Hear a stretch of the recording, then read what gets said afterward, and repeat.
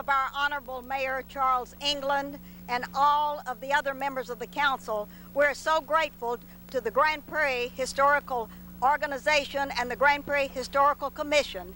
And at this time, it's our pleasure to introduce the president of the historical organization, who will introduce those of importance historically. Mr. Charles Powers, a former city council member in Grand Prairie, Texas, a former mayor pro tem, until we let him get away to Dallas, and we recognize you this time. Thank you, Ruthie. Before I go over my introductions, I'd like to also recognize that Ruthie has served on the city council. The last time I got it wrong, I said 12. It's now 14 years, and been mayor pro tem about 3 times, so we want 5 times. I knew I couldn't get it right. I do want to introduce Jeffrey Dunn, who is the chairman of the Dallas County Historical Commission. Hold your hand up. I do want to introduce those that are out here that are in the Grand Prairie Historical Association. Would you raise your hand? Now, James Marvin, you remember your dues are still paid. In fact, we put out some brochures like to make all of you members. So it's good for us to participate in this, and thanks and congratulations to Susan and Ruthie. Inside your program on the right-hand side, you will see the inscription that's on this plaque. And so we're going to read this hurriedly, and so if you'll follow along with me, we'll record this. As early as the mid-40s, housing was scarce in Dallas as well as in other centers of defense production and military activity throughout the nation. The private housing industry was unable to keep up with the demand for shelter in these areas. Some federal officials saw the situation as an opportunity for experimentation in architecture and planning, as well as an establishment of a pilot program aimed at lowering the cost of quality housing through the use of prefabrication and mass production building techniques. Defense housing officials also wanted to introduce industrial workers to mutual home ownership as an alternative to traditional suburban home ownership. Avion Village was one of several early developments intended to be permanent additions to the community housing stock. The facility's layout promoted both privacy and resident interaction. Built under the auspices of the Federal Works Agency and its assistant administrator, Texas native Lawrence Westbrook, the facilities were designed by Roscoe DeWitt and David R. Williams in cooperation with Richard J. Neuter. Avion Village was launched amid high media attention in May 1941 as 2 teams of workers raced to complete the first house in the planned 300-unit development. The first unit was built in less than an hour. The entire development was finished in 100 days with the help of the on-site makeshift prefabrication plant. Civilian employees of the North American Aviation Company were the first to live in the complex.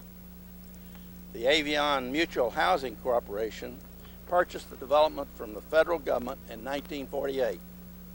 Avion Village continues to be mutually owned by the residents. Thank you, Mr. Powers. And I believe we have only one member of the Grand Prairie Historical Commission, and if I've overlooked anyone, please raise your hand, and that's our Fire Chief Emeritus, Mr. J.C. Swadley. Recognize him, would you, at this time? Are there other members of the commission? If not, we will begin then with the unveiling, and we call upon our state representative, Mr. Ray Allen, who is so good to Grand Prairie, Texas when he goes to Austin and when he comes back to the territory, Constable Roma Skinner, and we know that you're excited to have him, and Jeffrey Dunn. Those 3 will help us with the unveiling with your permission, and we would let you have the microphone to do any remarks, Mr. Allen.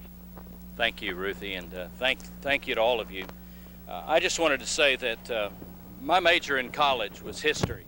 I have a great appreciation for history because knowing our history helps us to know our roots, and knowing our roots really defines not only who we are in the past and who we are now, but really who we're going to become. When I think of Avion Village, this little pasture that in 1941, were you here in 1941? I know you've barely been born. I was here in 1941 working for North American Aviation at that time. it was against the child labor laws, I'm sure. But anyway, right out here in this pasture, with the whole nation going to war, here's a group of people who had a vision to do something new and to do something different, to meet in a unique way something that had to be done at that very momentous time in history. And I like to see Grand Prairie as a group of people who do something unique and different and step up to the plate and meet those needs. When I look at Avion Village, I'll never forget the first time I saw it, I said, that is pretty interesting. I don't believe I've ever seen a place exactly like that. I later learned what a great deal it was, and my mother-in-law and my daughter both live here now because it's such a great deal for residents. That is really kind of a unique thing. I later found out that it was built in World War I, and what I'd like to say today is that here stands Avion Village after 58 years, and Mussolini and all of his empire has crumbled. Adolf Hitler and all of his empire has crumbled, and Hirohito and all of his empire has crumbled. And here stands Avion Village right in the heart of Grand Prairie. It's kind of an interesting simile for the whole country. And it's for that reason that history is important. It defines who we were, who we are, and who we're going to be. It was so important that when God was writing His commandments in Exodus, He gave us a commandment. He said, don't remove the ancient landmarks, because the landmarks are more than just a commemoration of what is. They're a prediction of what a nation can be. And so I'm just terribly honored to be here today, and it was a real privilege to get to work in Austin just a little bit to make sure that the state recognized Avion Village as a bona fide historical landmark with historic significance for our entire state. So thank you all for letting me be here, and I guess, yes, absolutely, Okay. thank you. Thank you very much. Thank you very much. Thank Very you. nice. On behalf of the Dallas County Historical Commission, I'd like to congratulate the Grand Prairie Historical Commission and organizations and the Avion Village Board for creating this marker and making it a reality. This is the state of Texas' highest distinction for historical recognition are these state historical markers, and so this is truly a great honor and a privilege that you have earned. I'd like to recognize Angela Gessner, who's a member of our commission, also John Eric Simmons, who's here from Carrollton today. He's also a member of our commission. And I'd also like to recognize that Ruthie Jackson was a former chairman of the Dallas County Historical Commission. So you're well represented on the county commission, and I appreciate it very much, the honor to be here, and congratulations again. Thank you. Constable Romer Skinner. Thank you. Folks, it's really good to see all of you today. I bring you greetings from the constable's office, but I also bring you greetings as your neighbor because I reside here in Avion Village. Yes. And now I can go and tell my friends that I reside in a historical landmark. That's it. And no, it's really a great place. And you go to a lot of places here in Grand Prairie and places in Dallas County, and if you talk to people a little bit, they'll say, you know, when I was a child, I was raised in Avion. Avion is about families, a lot of families. 300 families started here during the war, and from those families, they still have relatives, and there are people still living in Avion Village, I believe, from the beginning. Is that correct, Susan? We still have residents from the beginning that are still here. Yes. Their children were born here, their grandchildren were born here, and some of their great-grandchildren have moved back here. I love living here. It represents family. It represents families, and that's very important, what we need today in a community. And I feel that Avion is a big part of the community here in Grand Prairie. And I appreciate you all showing up for this. We'll be able to come by and look at this historical marker. And I think it's really a good day for Grand Prairie, a good day for Avion and the folks that live there. And it's overall, it's good because we have a system that works. And these homes were never intended to last this long, but they're outliving all of us, and that's good. That's what it's all about. Thank you. Thank you. Thank you, Constable Skinner. And now, with your permission, for the unveiling, we would ask Susan Shuffler and Leonard Childs to join us here. And we will hold their acceptance speeches until we get back inside. But Susan, you and Mr. Childs need to come up for the unveiling, please. I don't think our camera people can see you very well.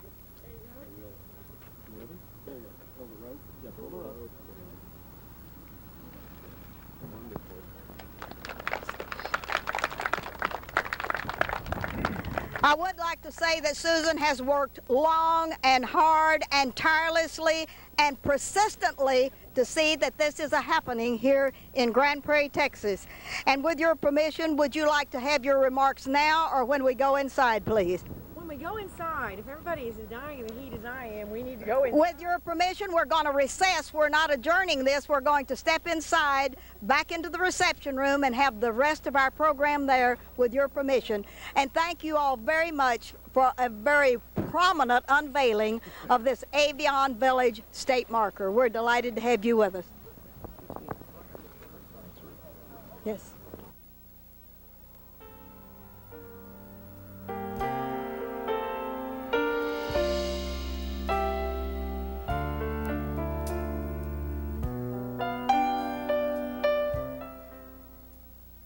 And for those of you that are current residents of Avion Village, would you raise your hand or stand so that we can recognize you at this time on our tape?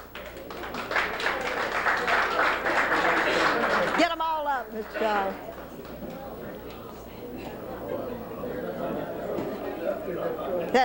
That is great.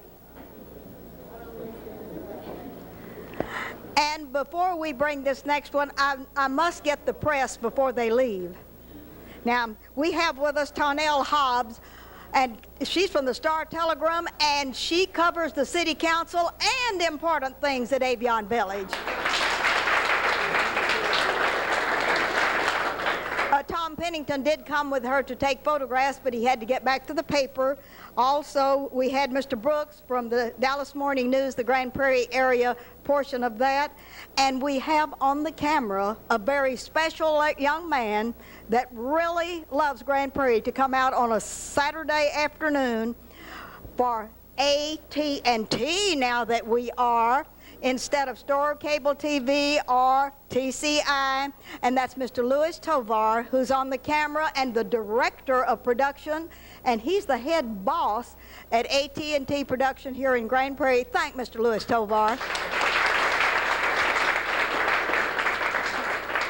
Louis Tovar has been responsible for many of the 374 history tapings that we have done in behalf of Grand Prairie, and more than 1,000 It's Happening in Grand Prairie things, and this is going to become a special presentation. And thank you, Mr. Tovar, for being available today. And now we recognize Mr. and Mrs. Freeman, Joe and Harold, who are going to come and talk, and we're going to give them this microphone and see what they have to say. He's not coming. He was a coward, but Joe's here. Okay. Well, hi, I'm Joe Freeman, and we moved in Avon Village May the 18th, 1942. Same house, same place, same old people. And when we moved here, Harold rented the house before I came down with our 3-month-old son. And his mother, he told me, he said, this little place looks like a chicken coop. I have become to love this little place, this little chicken coop place, and we have been here all this time and don't plan to leave. When we first moved here, the rent was $25 a month, all bills paid. And when we had a recreational program for our children from, I believe it was from 9 a.m. to 4 p.m. every day in the weekdays, and we paid $1 a month. We had one of our school principals that ran it, I believe. And it was wonderful to have this, to have this program for our kids. And we had swings, seesaws, lighted tennis courts, monkey bars, and a wading pool. And on Friday nights, we had movies outside the community house here. It was a great place to raise children. And we had Sunday school and church on Sunday, had a Baptist and a Methodist preacher. And during the war, when the gas was rationed, of course, that was a lifesaver. And we have had 3 Grand Prairie mayors that started out here. Kurt Wagner, Tommy's brother, Tommy McSpadden's brother.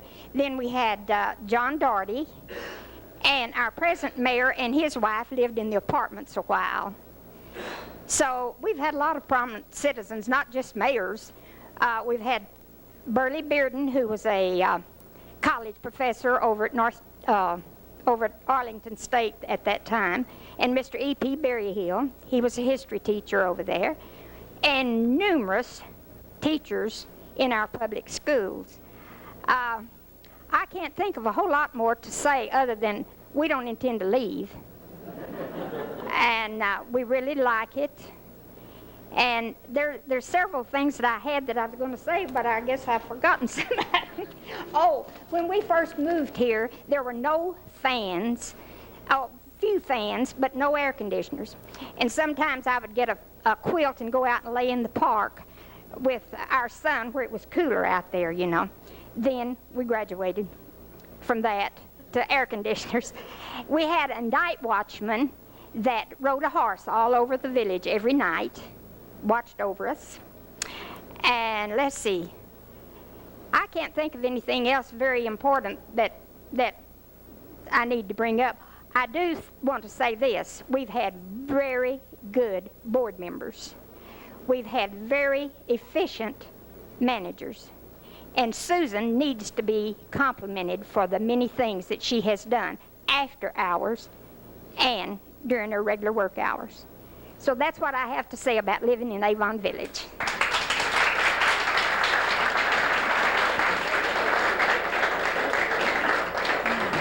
Thank you very much, Joe. And just take a message back to Harold and tell him that was perfectly all right, that you spoke well enough for both of you. Yes. And now we were going to have outside, after the unveiling, the acceptance speech and closing remarks. Those were to be outside, and aren't you glad we're still inside where it's nice and cool and where we have food and everything? We recognize at this time Susan Shuffler and the president of the board of directors, Leonard Childs. Would you all come up and close us out or say anything you would like to at this time? Mr. Childs, would you like to come and say something while I'm looking for Susan? All right, that's going to be a chore. She's always hard to find. I just want to thank you all for coming out, and it is a pleasure and an honor to accept this momentous monument from the Texas Historical Society. It is very significant, and everyone here in the village should be commended. It's a reflection of times past, and it's a reflection of what our future is and what it will be. And I'm just so happy to accept this in behalf of Avon Village and all of our member residents. Did you find Susan? No, she's going to let you wait right here. You stay right here. We have a place on the floor here marked for Mr. Childs to remain till Susan shows up. But before she does that, while they're both waiting in abeyance, now we have a Mr. Jeffrey Dunn. He is very important with the Dallas County Historical Commission, and he has some proclamations that we want to read into the record with your permission in this nice place. We recognize you, Mr. Dunn. Well, congratulate you again. This has been an outstanding program, and Dr. Sylvian, I hope that you'll give us all one credit toward a BA degree in history for that speech. That was a wonderful speech and a discussion of very important historical events. I have here some official certificates of appreciation, and they're official because they're signed by the Executive Director of the Texas Historical Commission and by me as Chairman of the Dallas County Historical Commission. The first goes to the Board of Directors of the Avon Village Mutual Ownership Corporation. I'd like to present this to Leonard Childs, President. Thank you very much. I have another certificate of appreciation for Dr. Kristen Sylvian. Please come up.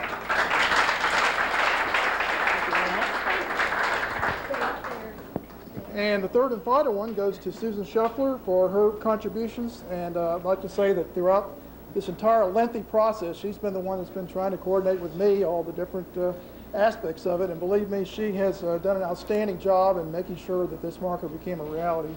So congratulations, Susan.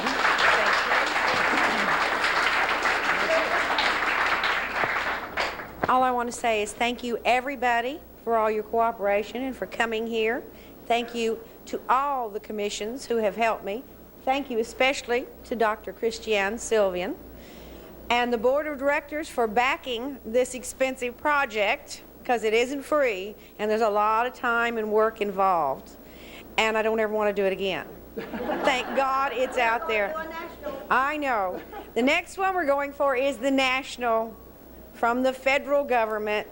The paperwork is already in the works, and with some more help from, don't look the other way, Ruthie and Dr. Sylvian and Mr. Dunn, we'll hopefully have it within my lifetime. Thank you, and would everyone please, after this is over, help yourself to refreshments. Would everyone give a standing ovation to a lady that is second to none responsible for this marker?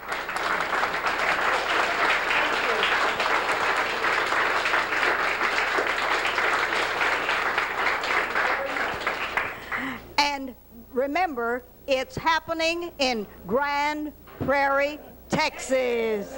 Yes.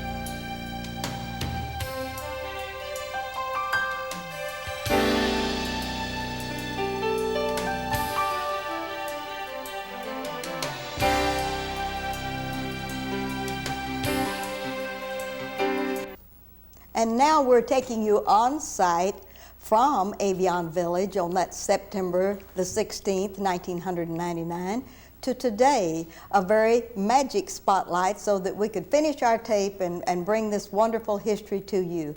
We have in our audience today and on the dais Susan Shuffler, who is the Executive Director of Avion Village. And we're just so delighted to have her with us, and we're going to talk a little bit about Avion Village. Welcome to the set, Susan. Thank you. Now, Susan, what kind of a wonderful day was that? Are you glad all of that's over? I am very glad it is all over. Mm-hmm. It was a lot of work. It was a lot of fun. And it was years of expectation. Yes. The culmination of that. It was kind of a letdown to see it out there, but every day when I pass and see that marker standing there, it just gives me a really good feeling. Yes. And mainly, I had a lot of information about Avion Village because we had pack rats as previous managers. Yes. Oh, isn't that wonderful? Thank God. Yes. Yes. We had just boxes and boxes of information. But if it hadn't been for you introducing me to Dr. Christiane Sylvian, I would have not had the comparative information that would have put it into a place and gotten us the event. We were granted the event category as a state historic marker, even though we were not over 100 years old, because of the significance of our practice, our part of World War II. Mm-hmm. Oh, that is such a wonderful village that's been so wonderfully preserved because all of the managers have really towed the mark and made everyone keep everything in good shape. And Dr. Christiane Sylvian, we thank her so much because she's the one that has the expertise and I guess you'd say the credentials to help us make all of this happen. She knows the right people and the right words. All right, now, what's next? You have the state, you have a Grand Prairie Significant Landmark, you have a state marker. Are you going for the national? we have already begun the groundwork for the national, on the federal record. Yes. We would love to have a registration on the federal record. Yes. It could take up to 5 years to get it, but it took 8 to get the other one, so hey, 5 years is nothing. Well, will We just it, have to wait and see. will it cost as much to get your national recognition as it did the state marker? Because those More. things are about $1,000, aren't they? More. Oh, it will. There is a fee, I've I been see. told, but I don't know how much. Now, the state, you don't have to give them a fee. You just have to do all the paperwork, have all of the backup work, all of your footnotes in place, all your I's dotted and your T's crossed. With the state, you submit it. There is no. First, it goes to Dallas County, then Dallas County okays it or rejects it, and then you can rewrite. You can just keep rewriting it and adding more to it. There is a fee for the federal. Okay. It's the federal government. Come on. There's a fee for everything. We expected that, didn't we? There's no fee for the city of Grand Prairie to get their marker. Well, we do And not. there's no fee for the state of Texas. We do not have anything in Grand Prairie, Texas that is on the National Register. And if you are going to be the first, it's going to be really wonderful. I know the Historical Organization and the Historical Commission of Grand Prairie will be real glad for you to do all the work, pay the money, and let's get Avion Village recognized. And please know that we're there to help you in any way that we can. And we have one more minute. I'd like for you to look out and thank everyone that helped you make this celebration wonderful. Well, the people that helped me make the celebration wonderful with board of directors with their backing. Yes. And the only way we could afford to pay to have all of the information that we needed, even from the Smithsonian, they charge for copies of things that are not readily available. Kathy Ritterhouse was very helpful, getting as much as she could for us at no charge through the library lending system. The board of directors voted unanimously to pay for the marker and have it installed. You yourself, I can never thank you enough for your help. You don't need to thank me.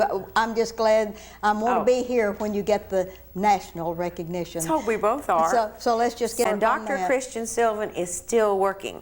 Good. Not anywhere in the front fire, and she doesn't ask for any recognition, but she spends hours gathering information for me and seeing, and she's the only person that can really help us get the national level because she has the connections. Louis is saying, wind it up.